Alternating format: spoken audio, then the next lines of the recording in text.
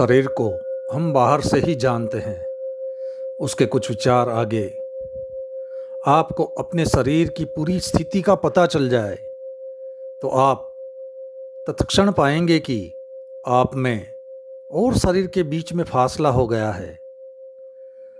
जो सारे सेतु थे टूट गए हैं, वो सारे जो जुड़ाव थे वह मिट गए हैं और दूरी बढ़ने लगी है।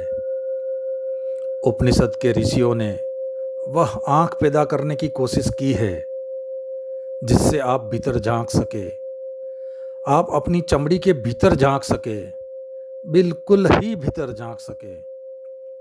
हमेशा सत्य मुक्तिदायी है। स्वयं के शरीर का सत्य पता चल जाए तो भी मन मुक्त होना शुरू हो जाता है।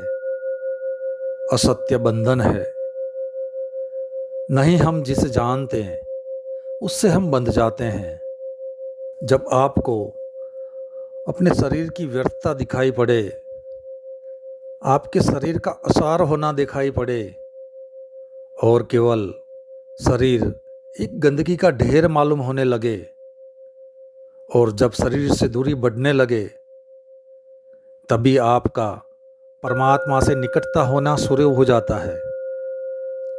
शरीर के जितने निकट हम परमात्मा से उतने ही दूर, शरीर से जितने दूर उतने ही परमात्मा के निकट। शरीर से जितने जोर से हम बंधे हैं उतने ही उस अशरीरी चैतन्य से हमारा फासला है।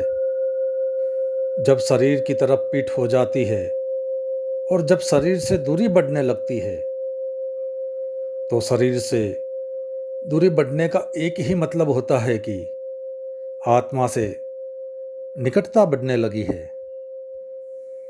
हमारा आत्मा है एक छोर और हमारा शरीर है दूसरा छोर। उसके बीच में हम हैं।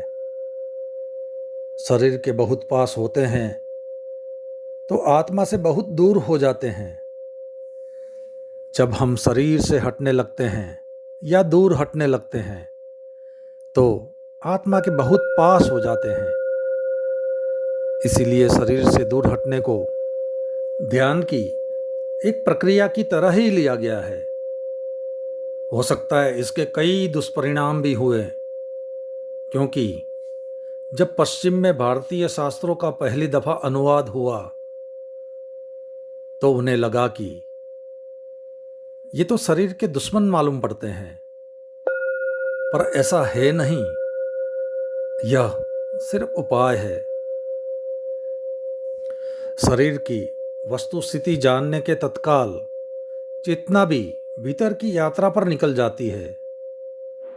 शरीर का ठीक ठीक बोध होते ही शरीर पर पकड़ ढीली हो जाती है। वह पकड़ ढीली हो सके, इसीलिए इस बोध को तीव्र करना जरूरी है।